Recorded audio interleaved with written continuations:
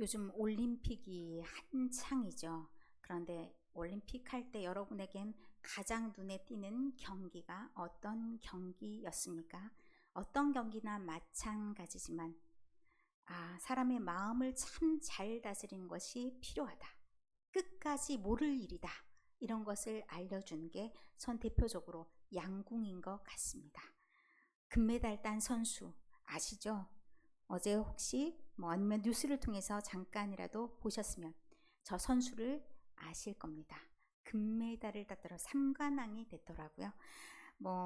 삼관왕이 쉽진 않죠. 임시연 선수인데 나이가 많지 않은데 어떻게 저렇게 흔들림 없이 페이스를 유지할 수 있을까? 어찌 보면 엎치락뒤치락 하는 상황 가운데서 자칫 잘못하면 마음이 흔들릴 수 있는 거잖아요. 내가 잘 못 쐈는데 상대가 10점을 맞춰. 그러면 내 마음이 이제 포기할까? 안 되겠다. 이런 마음이면 어떻게 됩니까? 집니다. 그런데 그 상황에서도 역전은 일어납니다. 경기는 끝까지 끝난 것이 아닙니다. 끝까지 끝난 것이 아닌 것이 비단 경기에만 적용되겠습니까? 그래서 오늘 저희 제목을 끈질기게 기도하라, 또 주보에는 끝까지 기도한다 라는 제목을 붙였습니다. 제가 이번에 휴가 기간 동안에 일부는 가족과 함께 자연을 벗삼아는 기본으로 가져가고요. 자연을 벗삼아 누구랑 같이 있을 것인가는 가족도, 저분이 오셨으니까 가족도 들어가고, 또 한쪽으로는 오랜 친구들, 또 지인들, 이런 사람들과 함께 보냈습니다. 그 중에 제가 굉장히 특별한 뉴스를 듣게 됐는데, 저랑 안 지가 한 20년 정도 되는 지인들이 있습니다. 이른바 주자매입니다. 이름의 끝이 다 주자로 끝나서 주자매입니다. 혹시 여러분 알파코스를 들어보셨습니까? 한때 유명했던 알파코스 송팀, 공연팀에 공연을 했던 저희 그 세 사람이 모두 공교롭게 이름이 주자로 끝나서 주자매가 되었는데, 그 중에 한 명이 어머니 장례식이 7월 9일에 있었다는 얘기를 하더라고요. 어머님이 기독교인이셨을까요? 아닙니다. 기독교인이셨으면 제가 특별하게 그분이 대단한 신앙을 가지고 있지 않은 이상 여기에서 말씀을 드리지 않겠죠. 그런데 제가 기도의 위력을 얼마나 대단한지 그것을 한번 볼 수 있는 그 대단한 경험을 그를 통해서 했습니다. 이분이 기도를 엄청 많이 하세요. 남들이 봤을 때는 모든 조건을 다 갖춘, 제가 한 번은 말씀을 드렸을 것 같은 그런 분인데, 서울에 10층짜리 빌딩이 있으세요. 그러면 어떻습니까? 아파트도 좀 넓은 평수가 있으세요. 어떻습니까? 남편이 회장님입니다. 본인도 같이 일을 합니다. 실장님. 그런 모든 조건을 가지고 있는데 원래 기독교인은 아니셨어요.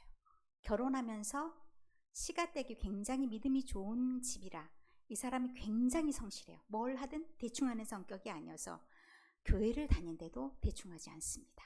굉장히 성실해서 믿음을 차곡차곡 쌓아가는데, 정말 우리가 보면 저런 식으로 하면 정말 너무 FM대로 딱딱딱 간다, 이런 조건들을 다 갖췄습니다. 안 되는 게 딱 두 가지 있습니다. 딸만 셋인데 둘째 딸이 마음대로 안 되고, 또 한편 친정 식구들이 마음대로 교회를 다니지 않고, 그런 두 가지 문제가 있는데, 이상하게도 어머님이 아프시고 난 다음에, 친정 엄마가 아프시고 난 다음에 어머님이 딸이 기도해 준 것을 즐겨 하셨습니다. 즐겨 반기시고, 어머님이 이제 외부로 나가실 수 없는 상황이라 집에 칩거하시고, 도우미가 아닌 손녀딸이 이 모든 것을 다 알고 있는, 물리치료도 전공하고, 그래서 손녀딸이 돌봐주는데 왔다 갔다 이렇게 많이 역할들을 하는데, 그 기도를 할 때마다 아멘 아멘 하고 받으시고, 기묘하게도 11조까지 나중에는 바치시는, 교회는 안 다니셨지만 어찌 보면 교인들이 하는 건 다 하시고 마침내 임종을 하셨습니다. 임종 예배를 드리려고 했는데 먼저 돌아가셔서 임종 예배는 따로 못 드리고, 그런데 이후의 절차가 어떻게 됐냐면 목사님께 위로 예배를 부탁했는데 목사님이 오해하시고 기독교 장례를 다 치르셨어요. 그렇게 됐다고 얘기를 하는데 이래도 되나 하고 저에게 묻더라고요. 나는 이미 그분이 하나님을 영접하시고 받으신 줄 믿는다. 그분이 아멘하고 기도로 당신이 기도했을 때마다 받아들이셨기 때문에 그 기도를 하나님이 받으셨다. 그의 마음으로 하나님께 헌물을 드리고 11조까지 드린다는 거 쉽지 않다. 그 생활을 하나님이 아시고 마지막도 사람의 계획으로는 그렇지 않았는데 계획을 바꿔서 당신의 기도가 이루어지도록 받아주셨다. 얼마나 큰 기적이냐가 너무 감사하다라는 얘기를 하더라고요. 그러니까 우리가 기도를 어느 순간까지 기도해야 되냐면 끝까지 기도해야 됩니다. 마지막 순간까지 기도해야 됩니다. 그거를 놓치지 않아야 되는데 우리가 보통 어떠냐? 사실은 우리가 끝까지 기도하기가 참으로 쉽지가 않습니다. 그 기도가 1, 2년 했겠습니까? 1, 2년 해도 지치는데 평생 기도해도 이루어지지 않아. 절대로 안 돼. 이런 마음이 우리에게 참 많이 있습니다. 그러다 보니까 결과물을 놓치는 경우가 있습니다. 제가 아까 양궁을 얘기했는데 양궁 어때요? 내가 8점을 맞췄는데 상대가 10점을 맞추면 나는 포기해. 내가 기도대로 뭔가 안 돼. 그럼 이미 나는 포기해. 안 되나 봐. 그러면 끝을 볼 수가 없습니다. 우리도 참 그런 때가 많은 것 같습니다. 이게 헬무트 틸리케라는 분이 쓴 책에서 이런 말이 있습니다. 이 누가복음 18장의 말씀에 이 여인의 기도에서 우리의 관심을 끄는 것은 엄청난 집중력이다 라고 말합니다. 우리가 무슨 일을 할 때도 대충해서는 이루기가 어렵습니다. 맛있는 반찬을 한다라는 것도 여러분 음식을 해보신 분은 다 아시죠? 얼렁뚱땅 대충 설렁설렁하면 내가 아주 잘하는 반찬도 생각보다 맛이 안 나올 때가 있습니다. 뭐예요? 거기에 집중해야 됩니다.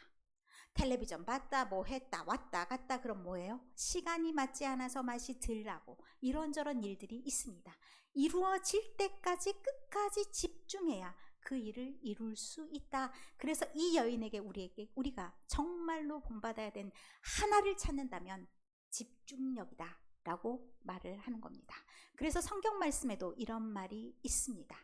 우리가 항상 기뻐하라부터 알고 있는 쉬지 말고 기도하라 라는 말씀이 있습니다. 다음 PPT요. 쉬지 말고 기도하라. 데살로니가전서 5장 16절부터 알고 있는 말씀 저걸 뚝 떼서 쉬지 말고 기도하라. 기도를 쉬면 우리가 뭔가 성과를 나타내기도 전에 끝내버리는 일이 된다는 겁니다. 뭔가 잘해왔어요. 한 80%, 90% 갔는데 그만뒀어요. 이루지 못해요. 끝까지 쉬지 말고 기도하는 것이 우리에게 정말로 필요하다는 말씀입니다. 오늘 18장 1절의 말씀에 보면 예수께서 이 비유를 말씀하신 이유를 들고 있습니다. 항상 기도하고 낙심하지 말아야 할 것을 비유로 말씀하셨다라고 얘기합니다. 그러면 오늘 읽은 이 과부에 대한 비유는 과부와 재판장이 나온 이 비유는 목표가 뭐냐? 기도를 할 때 아유 실망이야 이런 말 하지 말고 언제까지 기도를 해야 되냐? 끝날 때까지 기도해야 된다. 내가 누군가를 위해서 기도하면 그 기도는 그 사람이 죽을 때까지 끝나지 않아야 됩니다. 어찌 보면요 죽음의 순간 마지막까지 귀에 대고도 기도할 수 있어야 됩니다. 가장 마지막까지 남아있는 감각이 청각이라고 합니다. 놀라운 일이요. 사람이 이제 누군가 기다리는 사람이 왔을 때 눈을 감지 못한다라는 얘기를 하죠. 그리고 와서 이야기를 해주는데 너무 수고하셨습니다. 감사합니다. 덕분에 내가 참 인생을 잘 살았습니다. 그 말을 귀에다 딱 들려주면 그때 눈물을 주르르 흘린다고 합니다. 그 정도로 끝까지 남아있는 감각이 청각입니다. 그럼 우리가 포기하지 않고 기도를 해야 되는데 언제까지? 죽음의 그 순간까지 해야 된다는 말씀을 우리에게 들려주시는 겁니다. 쉬지 않고 기도하라. 끝까지 기도하라 라고 말씀을 해주시는 건데 이 비유를 하나님이 참 나쁜 사람처럼 등장하게 하는 기도입니다. 정말 하나님이 그런 분이신가 생각해 볼 그런 비유입니다. 비유가 2절부터 시작하는데 어떤 도시에 어떤 재판장이 한 사람이 있었습니다. 그 재판장에 대한 설명이 어떠한가? 하나님도 무서워하지 않아. 사람도 무시해. 그러면 뭡니까? 하나님을 존경하는 마음이 없어서 하나님이 만든 사람들도 귀히 여기지 않는 그런 한 사람이 있었다. 하나님 앞에서 딱 하나님이 봤을 때는 인간 같지 않은 하나님의 사람이 전혀 아닌 재판장이 있었다. 그 재판장 이렇게 우리가 얘기하면 정말 나쁜 불의한 재판장이라고 뒤에 나옵니다. 의로움이라는 건 하나도 없고 그런 재판장이 있었는데 그 재판장에게 어떤 사람이 찾아가냐? 한 과부가 찾아갑니다. 과부라는 것은 이혼한 사람도 될 수 있고 남편을 잃은 사람도 될 수 있고 여러 가지 상황이 있습니다. 지금 요즘 세대의 과부랑은 다릅니다. 어떻게 이해하시면 되냐? 아무것도 내세울 게 없고 그 사람을 위해서 대변해 줄 사람이 단 한 사람도 없는 사람. 안 그러면 이 사람이 재판장에 갈 이유가 없습니다. 왜냐하면 옛날에 모든 일은 누구를 통해서 하냐? 남자들을 통해서 했습니다. 그런데 이 사람 주변에 아무도 이 사람을 대변해 줄 사람이 없어. 그럴 때 갈 수 있는 것이 여자였습니다. 그럼 이 여자는 남편도 없어요. 남편도 대신해 줄 남편 뭐 두 번째, 세 번째 있을 수 있잖아요. 남편의 형제들도 없어요. 뭐도 없어요? 아들도 없어요. 아무도 그를 위해서 하소연해 줄 수 있는 사람, 억울함을 풀어줄 수 있는 사람이 아무도 없었다는 얘기입니다. 그러면 얼마나 절박한 상황인지를 알게 합니다.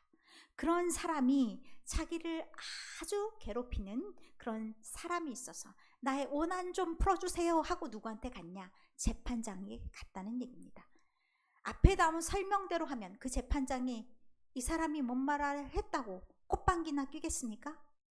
절대 반응하지 않을 그런 상황입니다. 왜냐하면 이 사람은 안하무인입니다. 위에도 없습니다. 아래도 없습니다. 그럼 자기만 존재하는 그런 사람이기 때문에 아무도 두려워할 것도 없고 아무도 베풀 사람도 없고 이런 사람입니다. 그런데 그 과부가 가지고 있는 아주 독특한 성격이 하나 있었습니다. 그 여자가 어떻게 하냐면 얼마 동안 왔다 갔다 하는데 전혀 들어주지 않습니다. 그러니까 재판장이 어떻게 생각하냐? 나는 아무도 두려울 게 없다. 그게 4절의 말씀이죠. 하나님도 안 두려워해. 사람도 무시해. 그러면 내가 그 여자 말 들어주지 않아도 돼. 내가 다른 사람의 시선 의식하지 않으니까. 이 무시한다는 말 중에 어떤 표현이 있냐면 사실은 얼굴을 때려서 멍이 들다라는 표현이 있습니다. 그게 무시하다라는 건데 멍이 들면 다른 사람 눈에 보이잖아요.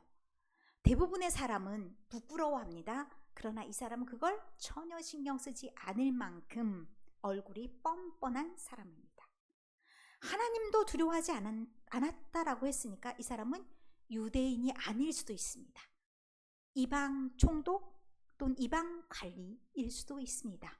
그러면 더더욱이나 이 유대인 여자에 대해서 뭔가를 돌봐줄 마음이 전혀 없다라는 것입니다. 그런데 단 하나 뭔가 하나가 있는데 이 과부가 나를 번거롭게 한다라고 얘기합니다.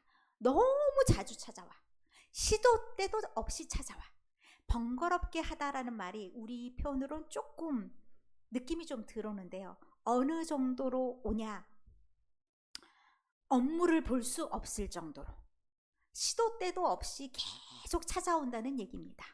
그러니까 차라리 들어주고 말자. 내가 이 일에서 노임을 받기 위해서는 차라리 그 말을 들어줘야 이 일이 끝나겠다.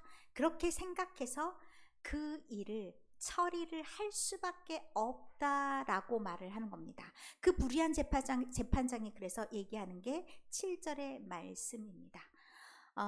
그렇게 불의한 재판장이 말하는 것을 들어봐라. 하물며 하나님께서도 그 밤낮 부르짖는 택하신 자들의 원한을 풀어주지 않겠느냐라고 얘기를 하시는데 이 불의한 재판장도 나를 괴롭게 하니까 도저히 내가 참을 수가 없어서 들어주고 말겠다라고 하는데, 이것이 누구에게도 연관되냐?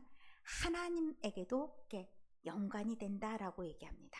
사실 하나님이 나빴어라고 생각하는 것은 기도하는 사람들의 마음입니다. 기도하면서 어떻게 생각하냐? 하나님이 내 기도를 듣지 않고 계시다라고 생각하는 경우들이 있습니다.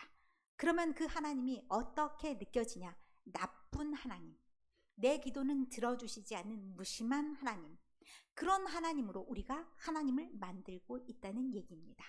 하나님이 진짜 그런 분이시지는 않지만 내 생각 속에 하나님은 그런 하나님으로 이미 자리 잡아서 하나님은 내 말에 귀 기울이지 않으신다. 그럼 점점점 우리 기도가 어떻게 됩니까? 그 기도의 내용은 덜해집니다. 그리고 우리가 지금 이기고 있지 않은 것 같아서, 뭔가 받아들여지고 있지 않은 것 같아서 점점 기도를 쉬게 되는 그런 일들이 있게 된다는 겁니다. 그것은 무엇이 부족하게 되는 거냐? 우리의 마음 속에 하나님에 대한 믿음이 떨어진 그런 상황이라는 얘기입니다. 우리의 믿음이 하나님에서 떨어지면 우리는 어떻게 됩니까? 말해봤자 소용없어, 기도해봤자 이거는 이루어지지 않아 라고 속단하기가 쉽습니다. 그래서 기도를 안 들어준다, 안 이루어준다 라고 생각하면서 마치 하나님이 불의한 재판장이라도 된 것처럼 우리가 받아들인다는 얘기입니다. 그런 하나님은 그런 하나님이 아니시기 때문에 우리가 밤낮 부르짖는 그런 이야기들을, 그런 내용들을 다 들어주신다는 겁니다. 그래서 우리 기도가 어떻게 돼야 되냐? 하나님께 솔직하게 기도하는 기도의 내용이 되어야 되는 거고, 그 기도를 하나님께서 반드시 이루어질 것이라는 것을 믿어야 된다는 겁니다. 그래서 언제까지 기도해야 되냐? 이루어질 때까지 기도해야 된다라고 말씀하시는 겁니다. 특별히 하나님께서 말씀하시는 그 말씀에 우리가 더욱더 생각해야 되는 말들이 있습니다. 이게 인자가 올 때 세상에서 믿음을 보겠느냐라고 말씀하시는데, 예수님께서 다시 오실 때까지 우리의 믿음이 이어져야 되고 우리의 기도가 끊이지 않아야 된다는 말씀을 하시는 겁니다. 그 전에 우리 기도가 끊겨서는 안 됩니다. 특별히 제가 서두에 그 어떤 권사님 얘기를 했죠. 언제까지 기도했다 말씀을 드렸습니까? 죽음의 순간까지 기도해서 그 모든 장례 절차까지도 밖에 없다라고 말씀을 드렸습니다. 우리가 믿지 않는 주의 자녀들이 여러분 가족에도 있고 이웃에게도 있습니다. 여러분이 할 수 있는 방법이 무엇일까 한번 생각해 보았습니다. 이건 저도 마찬가지로 해야 되는 방법 중에 하나입니다. 어떻게 기도해야 될까? 우리가 교회 안에서만 그들을 위해서 기도한다면 그 기도는 그들에게는 들리지 않습니다. 가능하면 찾아가는 기도를 했으면 합니다. 그 찾아가는 기도를 하기 위해서 우리는 그 사람을 집중해야 됩니다. 그에게 무슨 일이 있는지, 어려운 일은 없는지, 그렇게 우리가 집중해서 그를 위해서 계속 혼자서 기도하다가 기도의 기회를 찾아야 됩니다. 어떤 기회가 있습니까? 그가 어려움을 당했을 때, 그의 기도 제목이 생겼을 때, 바로 그때가 우리가 찾아가서 기도해야 할 때입니다. 그때 그의 손을 붙잡고 기도하면 사실은 내가 믿음이 대단한 사람이 아니고 어쩌다 저쩌다 교회 한두 번 나왔다 하는 사람이고 또는 교회를 다니지 않는다 할지라도 그 기도는 거절하지 않습니다.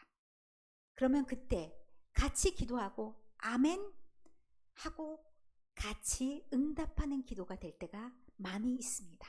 그 아멘 속에는 주님 그렇게 될 줄로 믿습니다 하는 기도의 고백이 들어가 있는 겁니다.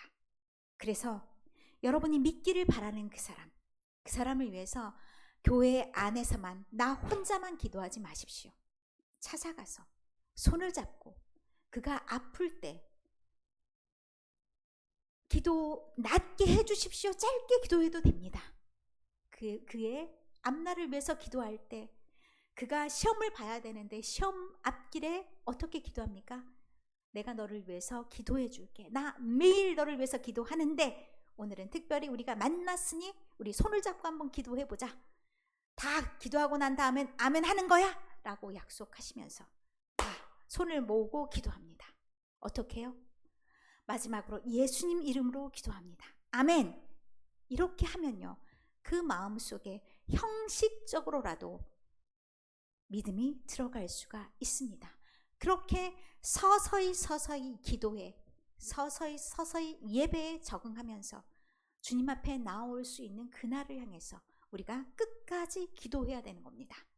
하나님께서 포기하지 않는 그 사람을 향해서 내가 포기하면 그 일은 이루어지지가 않습니다. 집중해야 됩니다. 집중. 우리가 지금 8점을 맞고 상대가 10점을 맞아서 내가 질 것 같은 그 상황에도 집중하면 마지막 승리를 이루어낼 수 있는 것처럼 우리도 기도해야 되는데 언제까지 기도해야 되냐? 그들이 주님 앞으로 나올 수 있는 그날까지 나는 호시탐탐 틈틈이 계속해서 기도하며 또 마주잡은 손으로 기도해야 됩니다. 그래서 갈라디아서 6장 9절의 말씀에 이런 말씀이 있습니다. 우리가 선을 행하되 낙심하지 말지니 포기하지 아니하면 때가 이름에 거두리라. 아멘. 이 말씀의 선이라는 것이 사실은 생명을 구하는 것이 가장 큰 일이 아니겠습니까? 그 선을 구하는 일, 우리의 기도로 바꿀 수 있습니다. 우리는 너무 우리 존재를 연약한 자라고 생각합니다. 그러나 우리가 끝까지 할 수 있는 단 한 가지가 있습니다. 그것은 기도입니다.